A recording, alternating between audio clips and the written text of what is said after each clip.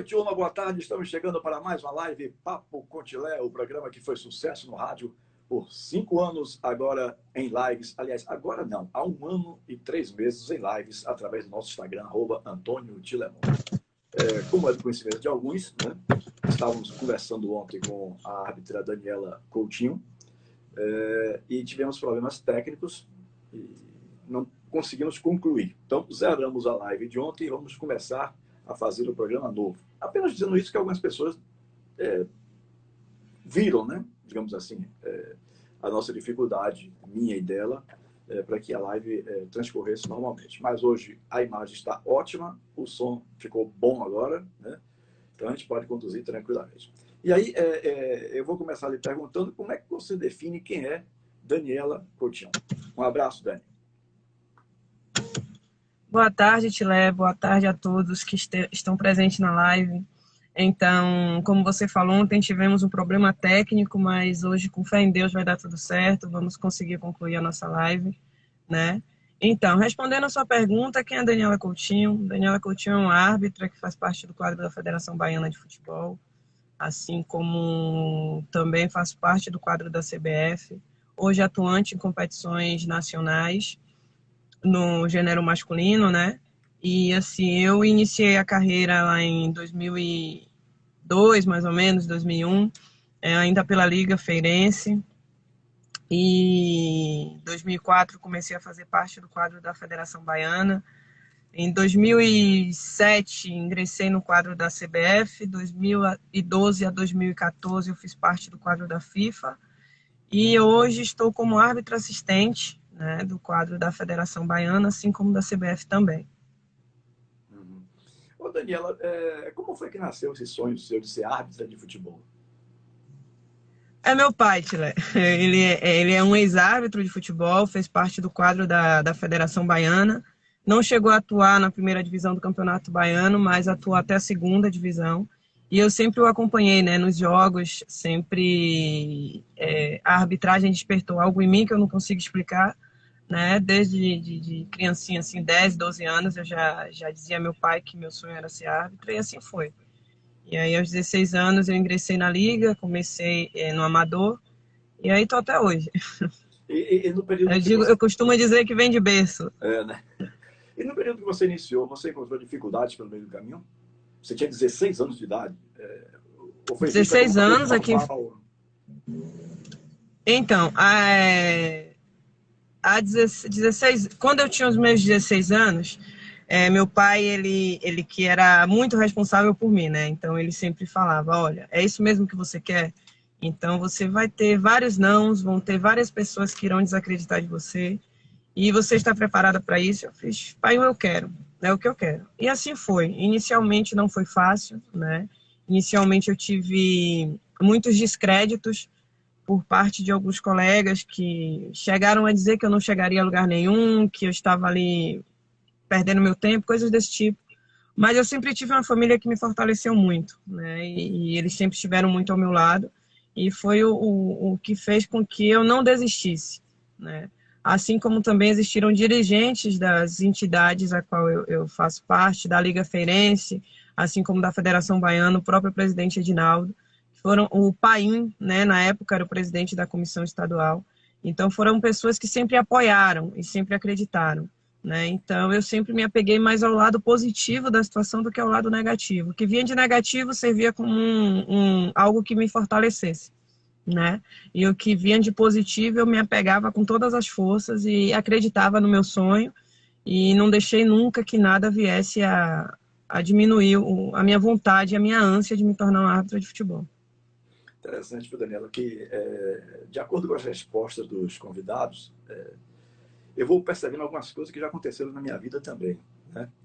E eu, lá em 1976, começando no rádio aos 16 anos de idade também, olha só outra coincidência aí, aos 16 anos de idade eu comecei como repórter na Rádio Cultura, levado por Odemar Doria Seixas, que era apresentador do programa Bahia Campeão dos Campeões, e o chefe da equipe era José Ataíde Costa, na Rádio Cultura AM, não existia FM naquela época, né? E eu, como tinha um problema de visão muito mais aguçado do que hoje, aí já são 50 e poucos anos de uso de lente corretiva e tal, e a situação foi melhorando, mas naquela época era realmente um problema mais sério. tive quase que toda a equipe da rádio contra mim. Viraram para a Thaíde, Thaíde, você é Imagina. maluco, você é doido, vai trazer um menino que não enxerga nem direito, não faça um negócio desse. A Thaíde, não, mas ele tem qualidade, ele tem valor. E comprou a briga, era o dono da equipe, era ele quem pagava todo mundo, ele era o arrendatário junto à rádio, né? Todo o esporte, quem resolvia era ele. Ele comprou a briga e lançou. Interessante é que hoje, você contou esse negócio aí, que você teve essas dificuldades com relação a alguns colegas, interessante é que hoje, uns 4 ou 5 daqueles que ficaram contra, são hoje pessoas bem ligadas a mim. Bem ligadas. Tem gente que mora até fora em Brasília e de vez em quando dá uma ligação. Como é que você tá? Como é que vai? O que é que tem feito? Acredito. Não é? É um negócio Acredito. incrível. Eu imagino... É exatamente assim que funcionou comigo também. Funcionou muito assim comigo na época, porque assim, eu ouvia essas coisas, né, que no fundo acabava doendo um pouquinho, né? Exato. E aí eu olhava assim, e aí passaram-se alguns anos e essas pessoas começaram a atuar comigo, e era um comportamento completamente diferente daquele comentário, né, lá do início da carreira. Então eu levei comigo, mas não guardei a mágoa, muito pelo contrário, né? Eu sei que hoje eles olham e devem pensar muito antes de falar algo para alguém, né, ao ponto de querer diminuir até o sonho daquela pessoa. Então eu acho que o que eu conquistei na arbitragem, diante de tudo que eu ouvi lá no início, até dos próprios dirigentes de equipe, né, do tipo, coisas do tipo, o que é que uma mulher quer tá fazendo aqui, ela não tem condições de apitar o meu jogo, não faz sentido, a federação tá de brincadeira comigo, coisas desse tipo, assim, né, que mexia muito com a gente. E hoje é algo que a gente conseguiu vencer, né? Estamos vencendo, ainda a mulher no futebol ainda ela está lutando muito para conseguir o espaço dela, mas já conquistamos muito. É muito diferente de tudo de quando eu comecei, mas a gente usar isso como uma força mesmo, como algo que vem acrescentar positivamente. Nunca tentar desistir dos seus sonhos por algo que ouviu, né? Por alguém que tem um descrédito com relação àquilo que você acredita. Eu sempre fiz aquele ouvido de mercador, né? Ouvia todo mundo, mas só absorvia aquilo que realmente eu sabia que poderia me favorecer o meu crescimento. O que fosse diminuir, eu sempre tentei eliminar. Uhum. Eu me lembro aqui agora da minha querida Tânia Regina Magalhães Saldanha, que foi Perfeita. a primeira mulher, né, a entrar no quadro de árbitros da Federação Baiana de Futebol. Eu não me recordo se isso foi na administração de Piton ou se foi na administração de Vigílio Aliso da Costa Neto, que eu fui assessor dos dois na presidência da federação. Só que Antônio Piton foi em 1985, então eu estou achando que foi um pouco mais tarde, que a Vigílio Aliso já foi em 97, 98, acho que foi aí. Que ela entrou, o marido também do quadro de árbitros da federação, né? E a Tânia conseguiu fazer alguns jogos, mas muito mais como árbitra reserva, né? Ela praticamente começou depois a ser assistente, mas ela praticamente apitou muito pouco. Eu sinceramente não me recordo agora de um jogo que ela tenha apitado, para ser sincero. E aí você deve ter visto, eu não sei se Rosana Vigas veio logo depois dela. Acredito que sim. Estou falando das árbitras do quadro local, né? Que tem exemplos nacionais também, mas inicialmente do quadro local. Eu acho então que você deve ser a terceira, não, Daniela? Ou estou enganado, estou equivocado? Então, a Tânia, ela é a referência da gente aqui na Bahia, né? A Tânia foi assistente FIFA, ela foi aquela que lutou com todas as forças, é uma representatividade para o quadro feminino aqui da Bahia, né? A nível nacional também, a Tânia, ela tem total respeito das árbitras a nível nacional. Então, assim, o quadro feminino daqui da Bahia tiveram várias árbitras, né? A nível estadual e a nível nacional. A Tânia foi a nossa FIFA, né? Depois tivemos a Rosana Vigas, que foi a primeira mulher a apitar um campeonato baiano profissional, foi a primeira mulher a chegar à primeira divisão do campeonato baiano, lá em 2007, salvo engano. Aí depois da Rosana, eu entrei como central, né? Atuei um período como central, depois mudei de função, passei a ser assistente, mas tivemos também Neildes Calheiros, tivemos a Deise, tivemos a Rosidalva. Hoje temos a Danila, temos Patrícia, temos a Cris Aragão, que é a nossa árbitra central hoje do quadro estadual. Então, assim, temos tantas outras árbitras. Tivemos uma reunião em 2019, salvo engano, 2018, lá na Federação Baiana, onde tivemos um quadro base, né? O quadro daqui do estado. Tínhamos mais de 40 árbitras, do gênero feminino. Então, a Bahia hoje ela é bem servida do quadro feminino também. A nível nacional também, o quadro feminino está crescendo muito, também estamos ganhando, conquistando, né, o nosso espaço. Então, assim, é algo que está evoluindo, e eu tenho certeza que breve estaremos quase que de igual para igual com os homens. Eu falo hoje não com relação à capacidade, mas com relação à questão de números, né? Que hoje o número feminino ainda é muito inferior ao masculino, mas eu tenho certeza que num futuro bem próximo a gente chegará a uma equiparação bem próxima. Naquela época, você está falando de 2006, 2007, já tinha no Brasil, me parece que uma ou duas árbitros que estavam trabalhando, né? Sim, ali já existia a Silvia Regina, Silvia que é Regina. lá de São Paulo, isso. Ela já atuava em competições nacionais, inclusive apitou competições internacionais também, apitou a Libertadores. Formou um trio feminino na época, lá com a Ana Paula e a Aline, lá de São Paulo. Então, assim, elas foram aquelas que deram a cara a tapa, né, para poder iniciar essa luta para o quadro feminino ter seu espaço no futebol. Essa Ana Paula me parece que foi a que mais avançou, não foi não? Ou eu estou equivocado? A Ana eu era muito fã dela, né? Então, assim, a Ana, ela foi uma grande referência na época, tanto que o meu sonho era ser assistente, né? Então, eu me tornei árbitra na época, em conversa com o presidente Edinaldo, estávamos sem árbitra central, e eu tinha um retorno muito positivo dentro de campo, enquanto árbitra central. E aí eu era muito nova, muito jovenzinha, né? Muito menina, então eu tinha chances ainda de poder mudar a minha função, e assim foi feito. Eu me mantive como árbitra central de 2009 a 2014, né? Aí cheguei a apitar a primeira divisão do Campeonato Baiano, participei de competições internacionais, mas ainda assim eu não estava me sentindo realizada enquanto profissional, porque o meu sonho sempre foi ser assistente. E em 2014, em conversa lá com a comissão da CBF, fui para um curso da FIFA, e aí expliquei para eles toda a minha situação. O Sérgio Correia era o presidente da Comissão Nacional na época, e aí eu lembro, ele me deu um par de bandeiras, tomou meu cartão, né, que é o material de trabalho do árbitro central, pegou um par de bandeiras, fez, vai ser feliz, faz teu treinamento aí como assistente, e a gente está aqui para te apoiar naquilo que for necessário. E assim foi feito. De 2014 a 2018 foi um recomeço, né? Recomecei do zero, porque eu precisava agora me formar como árbitro assistente, que eu vinha de 7, 8 anos como árbitro central.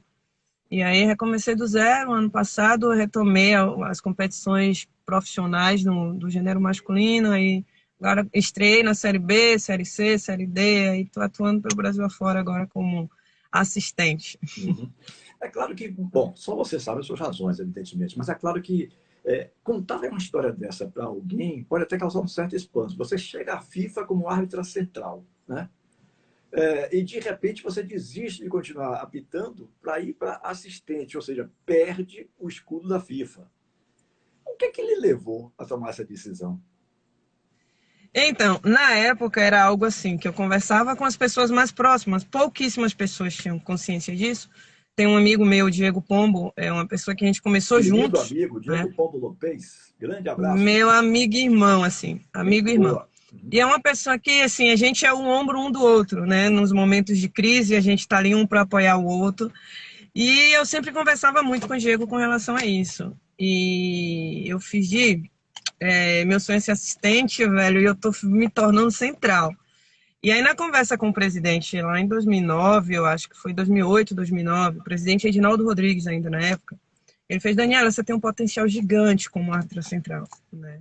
E assim, a gente quer investir em você como árbitra central. O que é que você pensa com relação a isso? Eu fiz: presidente, meu sonho sempre foi ser assistente. Ele: mas você hoje vai ter que escolher, né? Porque quando eu comecei, eu ainda conseguia apitar e bandeirar, né? Ainda tinha Rosana Vigas como árbitra central, então a federação tinha uma árbitra central para atuar. Fiz: então vamos, eu vou seguir a carreira de central.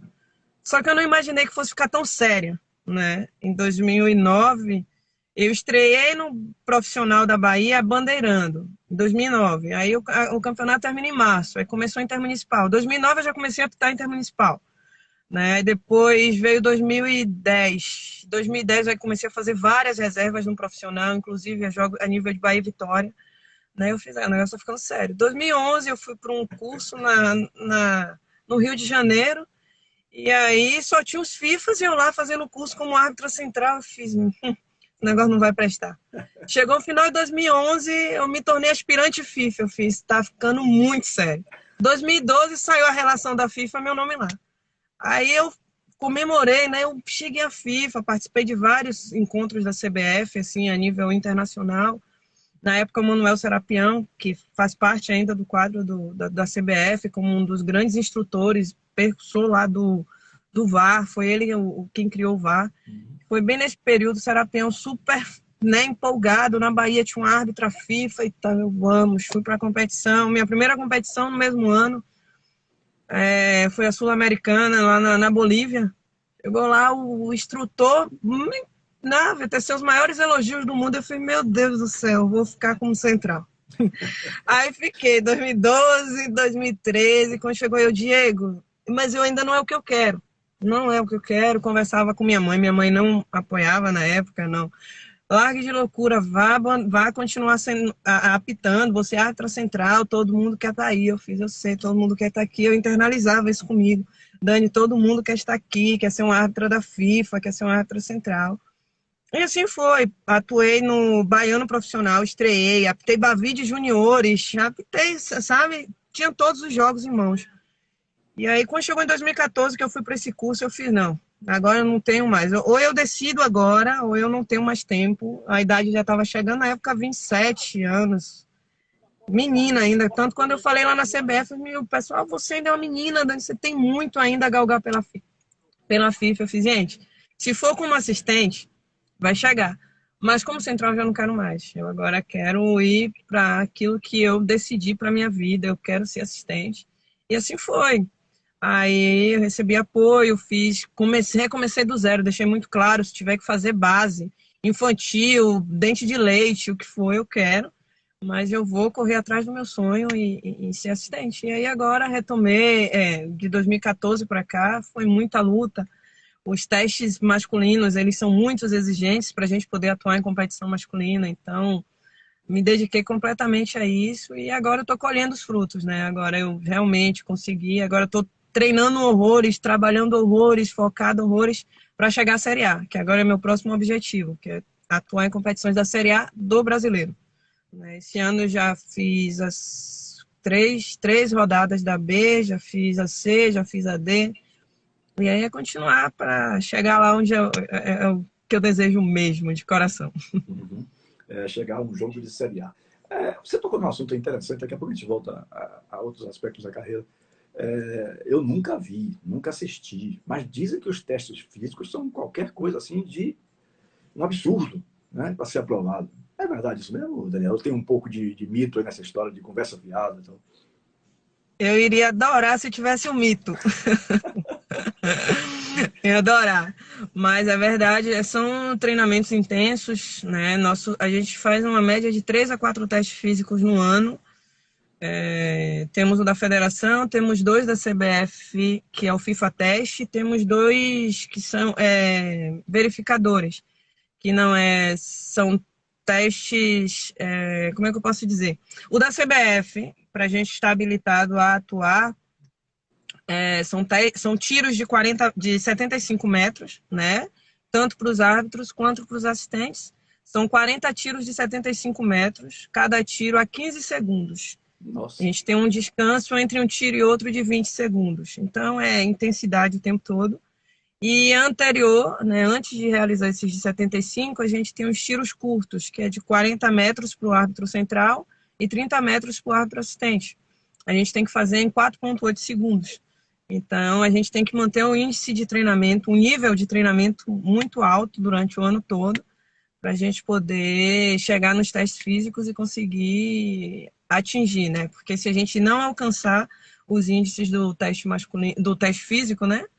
A gente não está apto para poder atuar nas competições da CBF. Assim como também existe o teste físico para a federação. Se a gente também não estiver apto para o teste físico da federação, a gente não atua no campeonato estadual.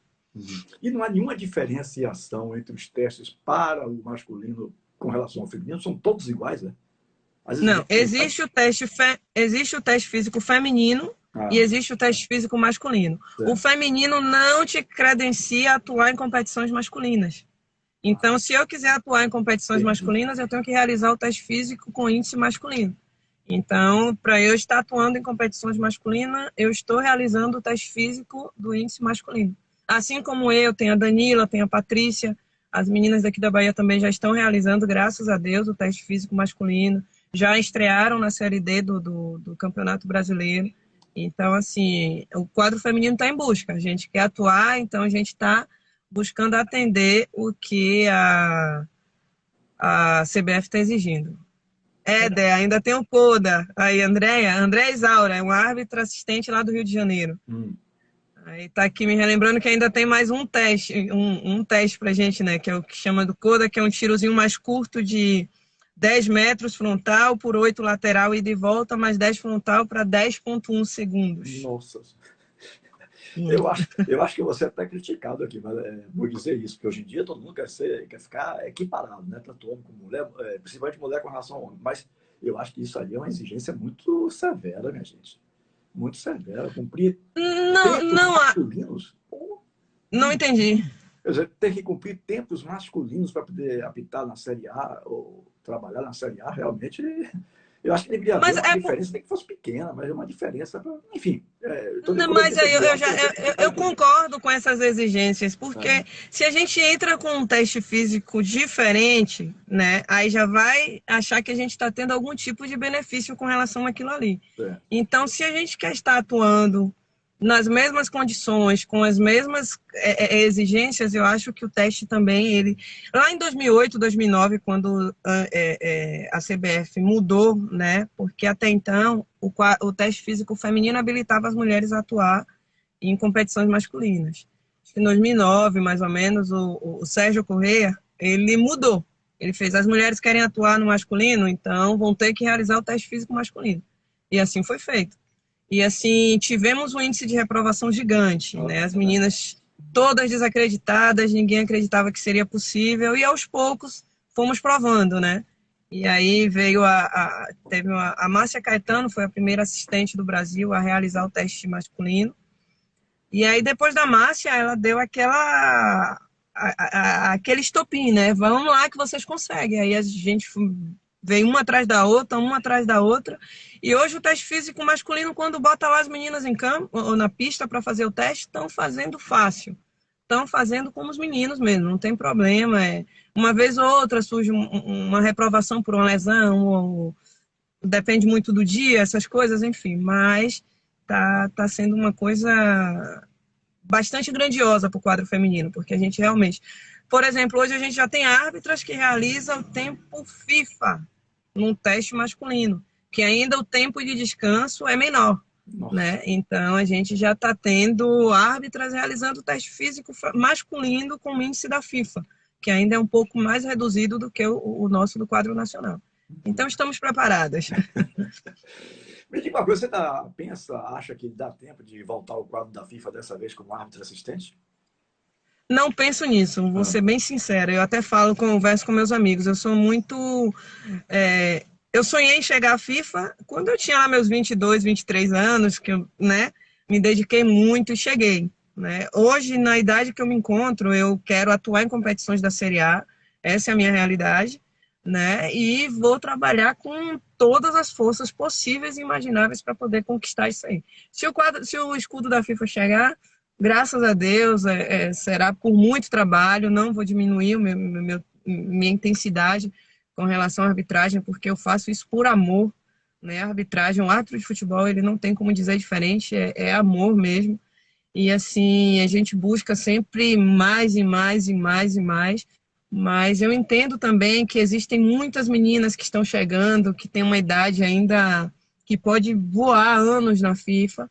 Então, com relação a isso, eu sou muito tranquila, muito bem resolvida. Né? uhum. Desculpe ser um pouquinho discreto, mas me parece que você está com 36, não é isso? 35 anos. Isso, E você poderia isso. chegar até lá, até quantos anos, digamos? Hoje, para entrar no quadro da FIFA, até os 40 temos árbitro entrando, então, Uns 4 anos a é, mais. teria, E fica teria. hoje em dia até 45 ou 50? Passou no teste físico, a FIFA tá aproveitando. Mas é até os 50. Uhum. Ô, Daniela, você me falou aí há poucos instantes sobre o Campeonato Intermunicipal de Futebol, né?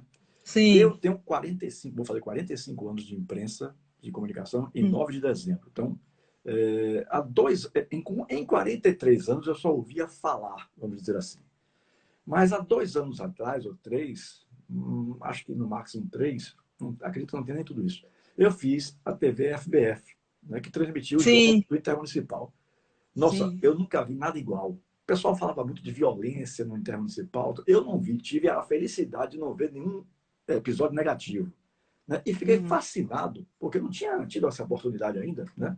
Nós fizemos 16 jogos no Campeonato Intermunicipal. Acho que foi em 2018, 2019, não me lembro bem o ano aqui agora. E festas e mais festas. Teve um jogo interessantíssimo de Itamaraju, ou Eunápolis, meu Deus, contra Santa Mara em Santa Amaro, que foi o primeiro jogo, depois teve um jogo de volta lá na outra cidade, que a torcida santamarense recebeu a torcida da outra cidade com churrasco, um churrascão ali bem próximo ao estádio. Eu fiquei assim, fui convidado para ir para o churrasco. Eu fiquei assim impressionado. Meu Deus, falavam tanta coisa desse intermunicipal. De fato, eu já vi alguns casos, né? Por Uhum. vídeos, digamos assim, por ouvir dizer e tal. Por exemplo, em 1982, 83, eu era assessor de Marcos Andrade Dias, na presidência da Sim. Federação Baiana. E eu fui designado para ser o delegado do jogo numa final em Itajuípe. Só que Santa Amaro tinha. Santa Amaro não, desculpa, Cachoeira tinha dado 3-0 em Itajuípe dentro de casa. Uhum. Eu acho que foi isso. Não, não, não. 2-0. Então Itajuípe precisava ganhar por 3, né, para ser campeão. Minha amiga, eu quando cheguei já vi o clima péssimo. Mas isso eu estou falando lá de 1970 e pouco, 80 e pouco. Né?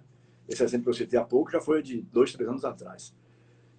Peguei um clima pesado, horrível, e eu era bem mais novo, lógico, né? Então aquele clima de pavor o tempo inteiro. Para você ter uma ideia, tinha uma prefeita lá chamada Gilca Badaró. Ela vivia se reelegendo prefeita pelo Intermunicipal, porque Itajuípe ganhava os campeonatos. Era o grande nome daquela década, né? No campeonato intermunicipal. E quando a seleção de Cachoeira chegou, quase que não chegava ao vestiário. Fecharam todo o caminho, né? E bomba para lá, bomba para cá. Eu digo, meu Deus do céu, isso não vai prestar. Com a ajuda da polícia, Cachoeira conseguiu entrar no vestiário. Mas aí ficaram na Uhum. porta, batendo na porta, chutando a porta. Foi um areri, a verdade é essa. Aí, muito bem, sai o time para o jogo e tal. Aí eu me dirijo para dar uma olhada nos bancos de reservas. Quando chego nas proximidades do banco de reserva de Cachoeira, eu tive que sair correndo. O que jogaram ali de veneno, aquele inseticida, aquela coisa fedorenta, que o cara aguentando ali, vomitaria. Desculpe o termo, mas ele ia vomitar. Ninguém estava conseguindo, o banco inteiro do lado de fora, ninguém conseguia ficar dentro daquele banco. Um negócio assim, deprimente. Mas era o futebol da época, né? O futebol da Da época. época. Daquela época tinha aquela coisa do coronelismo, Uhum. da prefeita que queria ganhar a qualquer custo, porque valia a eleição dela para a prefeitura. Enfim, eu sei que quando eu voltei, que eu fiz o meu relatório, mão pesada no relatório, o presidente Marcos Andrade desqualificou a seleção de Itajuípe, teve coragem, Uhum. desqualificou, deu o título na canetada à Cachoeira, na canetada deu o título à Cachoeira, né? E a gente ficou anos e anos sem poder botar o pé em Itajuípe, porque eu acho até que eu voltaria hoje, porque o prefeito hoje lá, o ex-zagueiro do Vitória, Marconi Amaral, que foi até reeleito recentemente, faz um belo Uhum. trabalho na cidade. Mas essas coisas que a gente não pode aceitar mais, né? Graças a Deus que isso modificou muito, né? Hoje já não cabe Não cabe mais. mais. E aí, como eu estava contando, o episódio de 2018 2019, né? Uma coisa assim fascinante participar do Intermunicipal. Lógico, é evidente que vai ter aquele gaiato que vai querer fazer uma Uhum. coisinha, isso é normal, é natural, né? Faz parte do jogo. Mas você tem alguma história assim, Do pitoresca, Intermunicipal? interessante do Intermunicipal? Sim, sim. Então, o Intermunicipal, para mim, ele é uma escola, né? Ele revela muitos árbitros. E minha história na arbitragem começou no Intermunicipal, a nível de estadual. eu lá em 2006, eu acho, 2006, 2007 mais ou menos, 2006, eu fui escalada em um jogo em São Gonçalo dos Campos. E os jogos do Intermunicipal, você sabe que começam às 15 horas da tarde. O meu seria às 10h30 da manhã. E lá naquela época tinha o árbitro central e o assistente 1 era de fora. E o assistente 2 e o reserva eram da casa. Ou seja, o jogo era em São Gonçalo, eu era assistente 1, fui como sendo a de fora, e o árbitro que era lá de Santo Antônio de Jesus, né? E tinha um assistente 2 que era de São Gonçalo e o reserva era de São Gonçalo. O jogo 10h30 da manhã, cheguei, fui com meu irmão, chegamos lá por volta de 7h30 da manhã, ansiosa, né? Minha primeira escala de intermunicipal seria essa. E aí cheguei cedo pro jogo, entrei no vestiário, me organizei e tal, chegou o assistente 12, chegou o reserva. E aí deu 8 horas da manhã, 8h30, o jogo seria às 10h30, né? 8h30, 9, 9h30 e o árbitro central não chegou.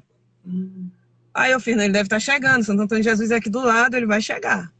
E aí deu 9h45, deu 10 horas e o árbitro não chegou. O jogo seria 10h30. Meu Deus. E aí, quando começou a dar 9h30, os presidentes das ligas, seria São Gonçalo contra São Francisco do Conde, uma rivalidade do Recôncavo, né? E aí começaram a ligar para Paim. Aí fez, Paim, o árbitro não chegou, quem vai apitar o jogo? Aí eu não tinha nem celular na época. Aí veio o presidente da liga. Daniela, o Paim quer falar com você. Aí passou para mim e fez, Daniela, e aí o árbitro não chegou. Eu fiz, Paim, se preocupa não, se ele não chegar eu apito o jogo. Aí ele, você apita? Eu fiz, apito, não se preocupa não. Aí, Paim, você tem condição de apitar o jogo? Eu fiz, tem, vou pro jogo. Tinha 19 anos, 18, 19 anos. Aí, tudo bem. Aí ele pegou o telefone de novo, passei pro presidente da liga e Paim falou, ó, se o árbitro não chegar, quem vai dar o jogo é ela. Aí os presidentes enlouqueceram, né? Não, essa menina não tem condições de dar o jogo, na minha frente, assim. E eu, tranquilo. Aí Paim começou a monitorar, né? A chegada do árbitro de 10 em 10 minutos. Chegou um momento que o presidente Edinaldo também ligou.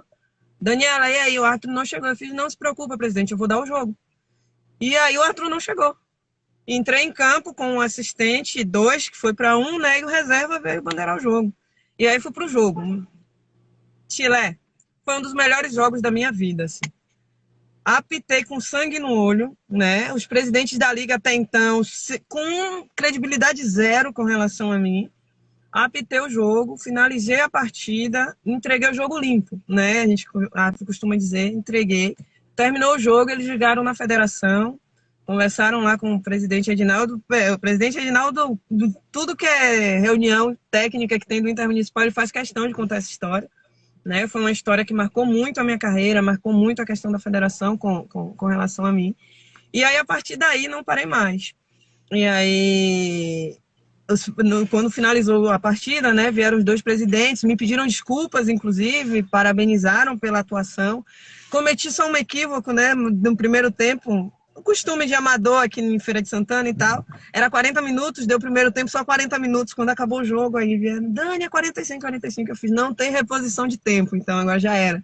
45 a gente dá no segundo tempo. E aí, mas nada que comprometesse. Acabou a partida, as equipes vieram, São Francisco começou, São Gonçalo começou dando 1-0, São Francisco virou para 2-1 com penal no final do segundo tempo já e fomos pro jogo, acabou e graças a Deus deu tudo certo. E assim, o Intermunicipal é aquilo que eu costumo falar. Carimbou a minha carreira e é o que faz, é a descoberta de grandes árbitros, é uma escola para os árbitros. E assim, eu tenho um carinho gigante pelo Intermunicipal. Tudo isso que você falou aí, eu conheço através de histórias, né? Mas eu não vivenciei nada desse clima assim, do Intermunicipal. Hoje o Intermunicipal vive um clima assim, super saudável, né? Existe uma rivalidade gigantesca entre as cidades, existe, mas é algo que é fascinante. Você chegar nas cidades do interior, é o que tem no domingo, né? E assim, a cidade se mobiliza, é torcida, movimenta a cidade por si, enfim, é algo fascinante, realmente. Sou muito grata ao Intermunicipal. Bacana essa história aí. Bom, logo depois que você virou árbitro assistente, me parece que já foi nesse período, você teve a oportunidade de trabalhar no Bavi, né? você já tinha largado a Central, né? Você largou em 2014, isso veio depois, então você já era árbitro assistente. Qual foi a emoção de participar de um clássico desse? Você teria como descrever assim para a gente, Daniela? Então, o Bavi foi esse ano, né? Ah, Foi já foi no esse ano, Campeonato 2021? Baiano. Foi no Campeonato Nossa, Baiano desse ano. Foi, desculpa a sim. ignorância do macaco. Nada de jeito nenhum. Então, foi assim, a gente trabalha, né? A gente atua sempre pensando em realizar alguns sonhos, né? E todo árbitro tem seus sonhos. Ah, o Jailson entrou aí. Já, já, um abraço. Meu presidente, Meu é ele querido quem amigo, oportuniza. Jailson Macedo de Freitas. Jailson Macedo de Freitas. É Acho que ele você quem esteve, oportuniza não sei se tem um aos dia, no árbitros outro do dia ele me estado. corrigiu alguma coisa assim. Acho que é Jailson Macedo.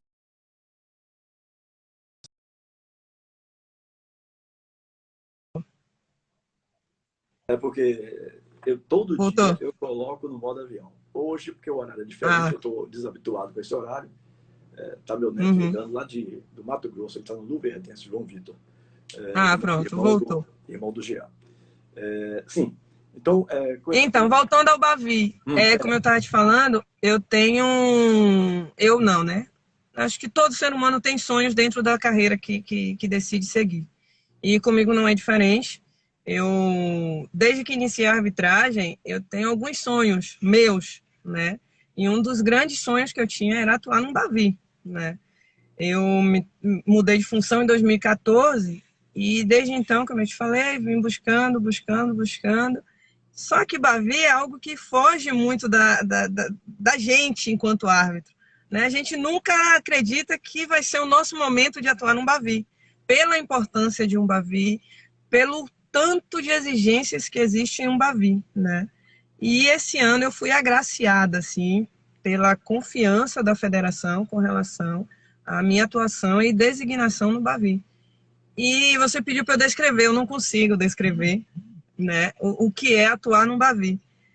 A gente recebe uma escala, né, a escala das partidas a gente recebe através de um SMS. E aí eu não, minto, eu estava na academia. E aí, quando eu saí da academia, não tinha nem olhado ainda o celular e tal, recebi uma mensagem, parabéns pela escala, de uma amiga de Patrícia, que inclusive é árbitra. Eu fiz, valeu. Pensei que era uma escala qualquer, semana de Bavi, eu elimino os clubes de Feira de Santana, fiz, deve ser uma escala de qualquer outra equipe. E aí foi, quando eu olhei meu SMS, Daniela, você foi escalada no jogo Bahia versus Vitória, não sei o quê. Eu olhei assim, Bahia versus Vitória, Bavi. Aí eu, meu Deus, aí deu aquela tremedeira assim, parei assim, eu tô no Bavi, aí me liguei pra Jailson, na mesma hora. Fiz, Jai, tem alguma coisa errada. Eu tô no Bavi. Aí ele, parabéns, você merece e tal e coisa, você tá escalada, concentre, foco, vamos dar o seu melhor, você tá num momento assim, assim. Aí começamos a conversar já sobre a partida. E eu naquela coisa assim, será assim? Ainda fiquei meio assim, eu fiz, não, vai ter alguma alteração nessa escala, mas graças a Deus fui pro jogo, o jogo foi assim excelente, né? Foi um jogo sensacional, carimbou minha carreira, é um dos momentos que vai ficar registrado para sempre. Eu tenho momentos assim da minha carreira que serão meus e com certeza atuar no Bavi é um deles. É algo indescritível assim.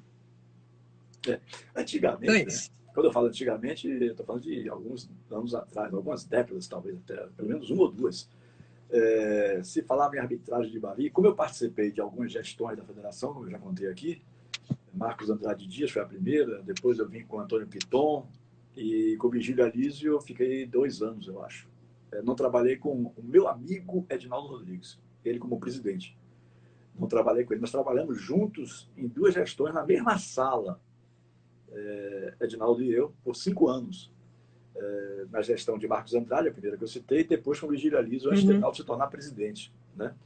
E tinha aquela coisa toda assim. Hoje em dia eu acho que está bem mais tranquilo. Quando ia anunciar um trio de Bavi, minha Nossa Senhora, era aquela coisa, leva para não sei aonde, manda sair da cidade e não sei o quê, e coisa e tal.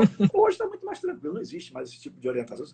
Naturalmente, lógico que o que já falou é uma coisa simples, natural. Se concentre, foque aí no jogo e tal.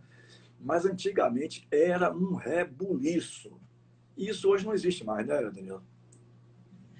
Não, a responsabilidade dos jogos hoje é indiferente, né? É Bavi, eu acho que todas as equipes hoje, todos os árbitros vão para o jogo com a responsabilidade. A gente não olha a cor da camisa. A gente vai lá para atuar e dar o nosso melhor, né?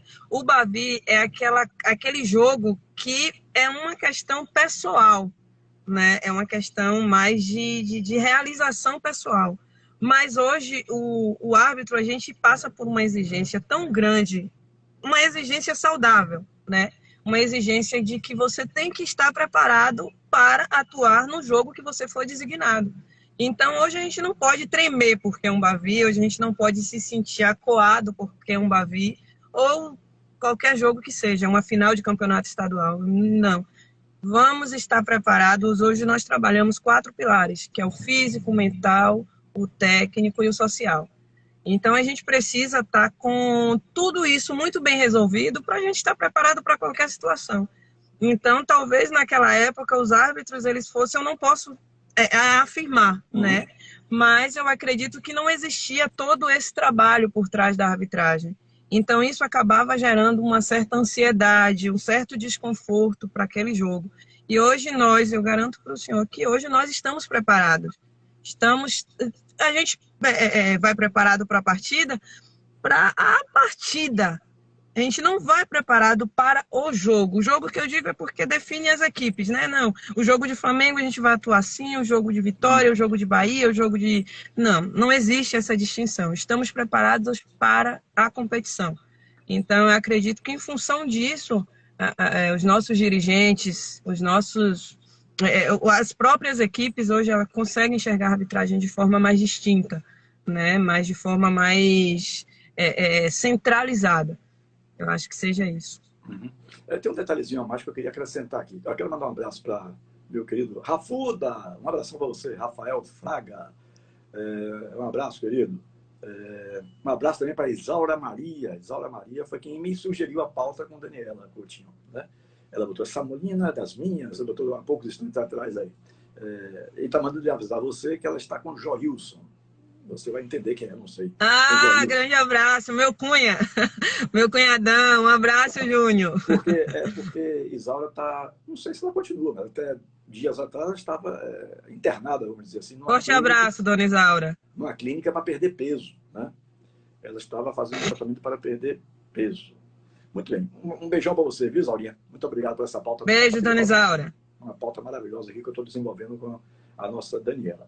E o meu querido Rafael Fraga perguntou aí, será que, já saiu aqui o comentário dele, já subiu, mas eu memorizei bem. Se você tem uma outra atividade fora a arbitragem, você trabalha com alguma outra coisa fora a arbitragem, o que é que você faz na vida além do futebol? Sim, eu tenho uma academia de crossfit. Eu trabalho na área também, né, com atividade física. Então, eu hoje moro em Feira de Santana e tenho uma academia de crossfit. Então, é uma coisa ligada à outra, treinamento físico, enfim. Há menos de um mês eu entrevistei o Thiago Groba, da CrossFit Salvador, aqui, há menos de um mês atrás. Acho que já foi dentro desse mês mesmo. Mas sim, Daniela, você chega à FIFA, desiste de ser central, volta a ser assistente, ou volta a ser não, passa a ser assistente. Aliás, pode dizer voltar, porque antigamente você podia fazer as duas funções quando você começou, né? Sim. Volta a ser assistente, não pensa muito em FIFA por agora, então o que é que lhe motiva, o que é que lhe mexe, que objetivo você vai percorrer agora com relação à arbitragem como assistente? Você acredita que a arbitragem é algo que é desafiador? Qual é o seu objetivo? O que é que você foca hoje com relação a isso? Pronto, a arbitragem ela é muito desafiadora, né? Ela nos desafia a todo momento, em todos os pilares, em todos os aspectos. E assim, hoje o meu grande sonho com relação à arbitragem é atuar em uma competição Série A do Campeonato Brasileiro, né? E desde que eu passei no teste físico masculino, as oportunidades estão chegando e as respostas em campo também. Então a gente fica naquela expectativa de sempre dar o nosso melhor, né? E aí a gente sempre dá o nosso melhor e a arbitragem ela suga isso da gente, sempre a busca do nosso melhor, Você não consegue pensar em algo diferente que não seja um excelente treinamento, uma excelente vida social, uma excelente vida mental. Então, assim, ela acaba agregando vários pilares para você se fortalecer até enquanto ser humano. A arbitragem, ela nos traz isso. Eu acho que o esporte em si, né, dentro daquela modalidade que você decide seguir, ele vai acabar fazendo com que você tenha esse tipo de pensamento. Comigo não é diferente.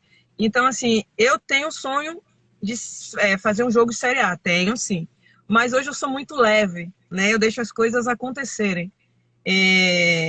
O que me move? Ser todos os dias um pouco mais, conquistar um pouco mais na arbitragem. Um pouco mais é a Série A? Não necessariamente, né? Estar em jogos, estar atuando, estar dando resultados, saber que eu não estou ali em vão, que eu tenho um propósito comigo e com o outro. Então, assim, é isso que me move na arbitragem. Hoje eu tenho por trás de mim várias pessoas que acreditam, né?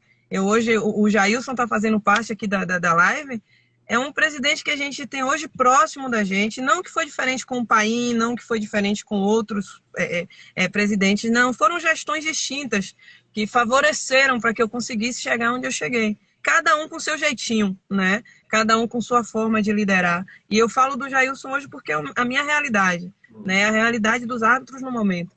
Então, é uma pessoa que motiva, é uma pessoa que está ali, que chega junto, que fala para você onde você deve melhorar, onde não deve. A experiência dele hoje não estou puxando o saco, não é isso, mas para o senhor entender mais ou menos como é que funciona. A gente precisa estar ao lado de pessoas que consigam fazer você enxergar além. E a arbitragem, ela me proporciona isso, né? Eu estou ao lado de pessoas hoje que fazem com que eu enxergue além, até em um lance que eu venha me equivocar durante uma partida. Que o árbitro, ele não erra porque ele quer. Ele é um ser humano, ele pode se equivocar a qualquer momento. E assim, nos meus equívocos, eu tenho pessoas não para me julgar, mas para fazer com que eu enxergue algo que eu possa melhorar num próximo jogo, numa próxima situação semelhante. Então, a arbitragem, ela diariamente me motiva. Ela diariamente me motiva em vários campos. Não é só a questão de atuar no jogo, é a questão da minha vida no contexto geral. Mas o meu sonho hoje é Série A. Série A, isso não foge. Isso não foge de mim. Você falou no decorrer do nosso papo aqui que você já foi escalado esse ano para a Série D, para C e para B. Você acha que você ainda alcança esse ano?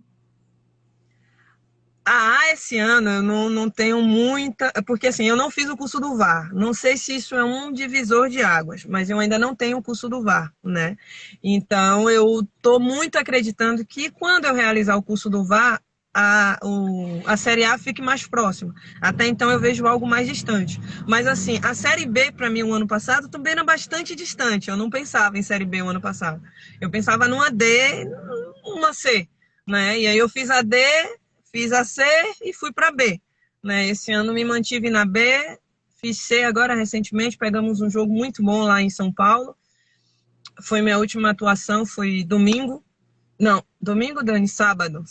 Minha última atuação foi no sábado, lá em São Paulo, Mirassol e Figueirense.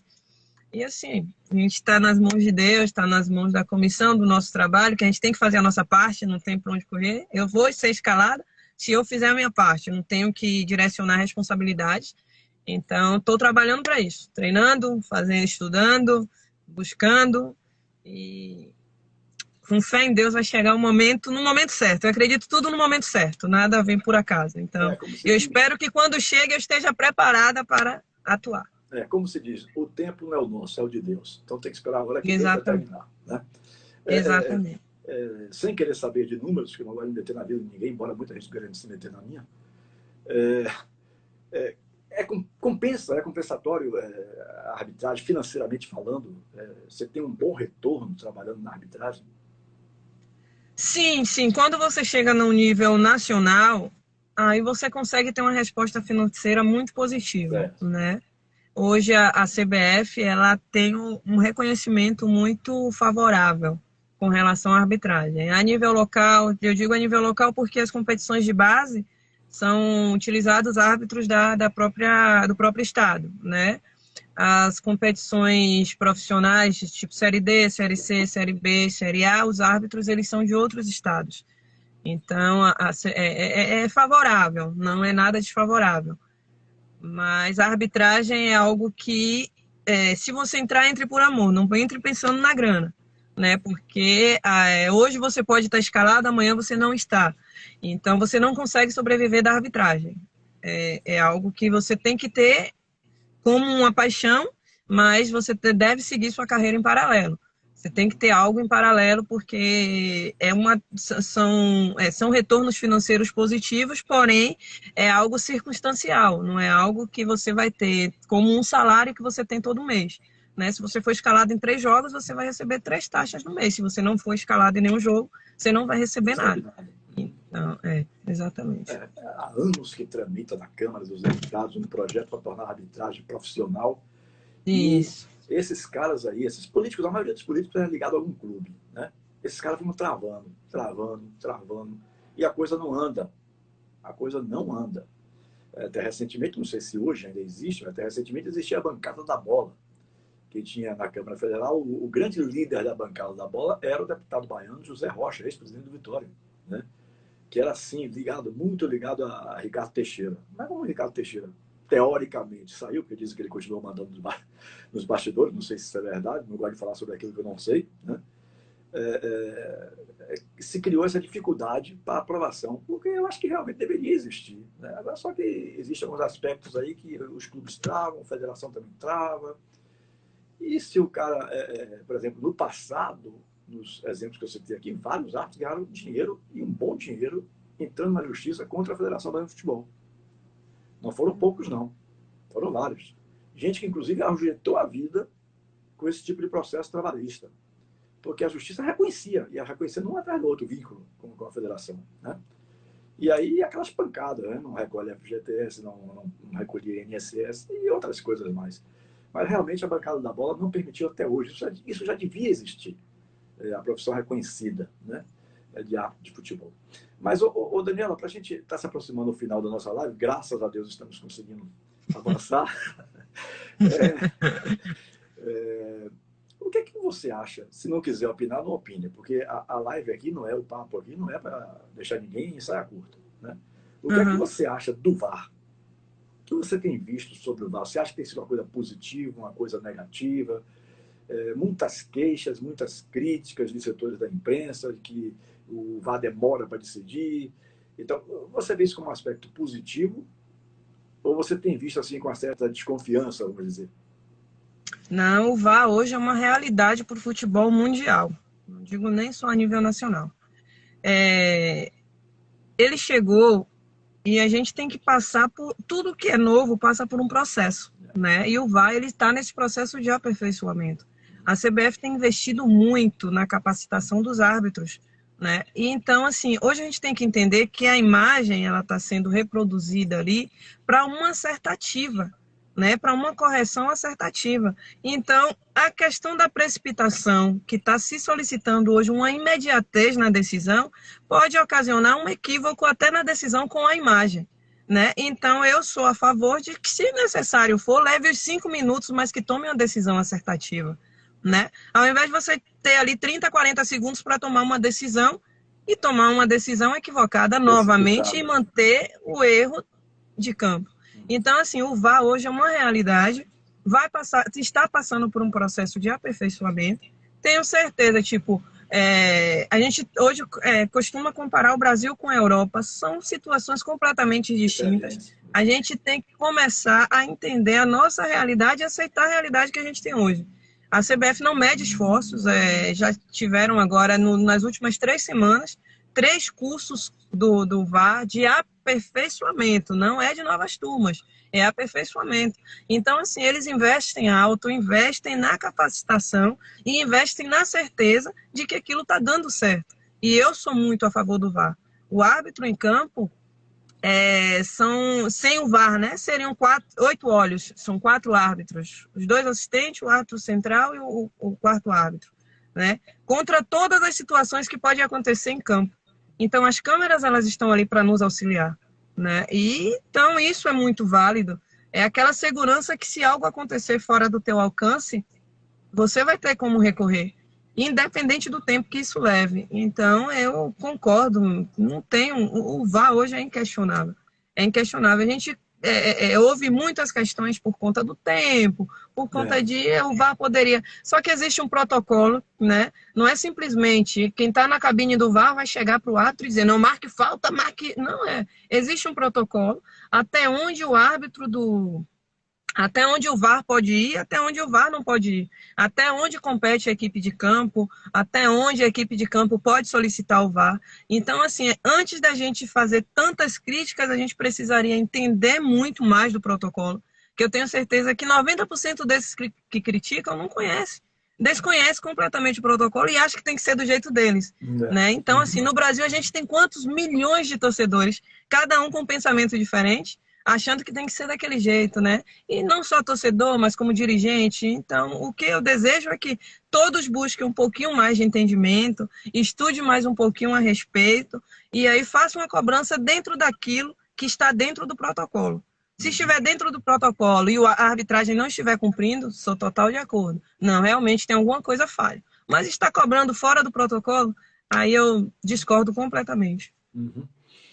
Bom, Daniela, a minha última pergunta sempre é a mesma para todos os convidados, né? Desde os 5 anos lá da rádio, com as 200 lives, já ultrapassamos a marca 200, acho que a sua hoje é 204. Eu deixei de lhe perguntar sobre alguma coisa que você gostaria de ter falado e eu não lhe perguntei, para a gente finalizar a nossa live? Não, acho que a live ela foi bastante expansiva, né? Falamos tanto de tanta coisa que... Eu botei uma caixinha de perguntas no meu Instagram. Só que eu não tenho condições de responder porque partiu para mais de 100 perguntas, eu não consegui nem ler. Aí eu fiz, não, vamos deixar a live fluir, porque se eu for me preocupar com as perguntas, não vai ter live, vai ter só respostas. Então, assim, eu espero que realmente a gente tenha conseguido transmitir algo muito positivo para aqueles que são curiosos com relação à arbitragem. Meu Instagram tá aí, Daniela Coutinho, ele é fechado, mas assim, para depender, um amigo em comum, alguma coisa assim, eu acabo aceitando, porque eu posto muitas coisas referente à arbitragem. Então, eu acabo selecionando um pouco, não deixo aberto justamente por isso, porque às vezes a gente acaba recebendo alguns comentários desagradáveis. Então, eu prefiro manter uma certa distância com relação a isso. Mas assim, Chile, foi maravilhoso participar do bate-papo. Eu espero, como eu falei, ter agregado algo positivo para a galera que assistiu. Tá? E é isso, estou à disposição sempre que for preciso. Ontem tivemos um equívoco, eu não sei o que aconteceu, se foi celular, se foi... Hoje eu desinstalei Instagram, instalei novamente, botei celular reserva, fiz tudo. Eu fiz, não é possível que hoje dê errado. Mas deu tudo certo, foi muito bom mesmo. Um bate-papo bastante agradável. Querida, muito obrigado pela sua participação. Desculpe aí ter atrapalhado um pouco, estou vendo que você está dentro de um carro, né? Você não está nem nada. Está dentro de um carro para poder fazer a nossa live, o nosso papo, né? Foi um prazer enorme bater esse papo com você. Simpaticíssima, fala com tranquilidade e com conhecimento, a gente percebe isso, né? Então, eu desejo só sucesso na sua carreira de árbitra, obrigada, assim como também na sua vida pessoal. Grande abraço. Muito obrigada para todos nós. Um forte abraço, tá? Fiquem com Deus.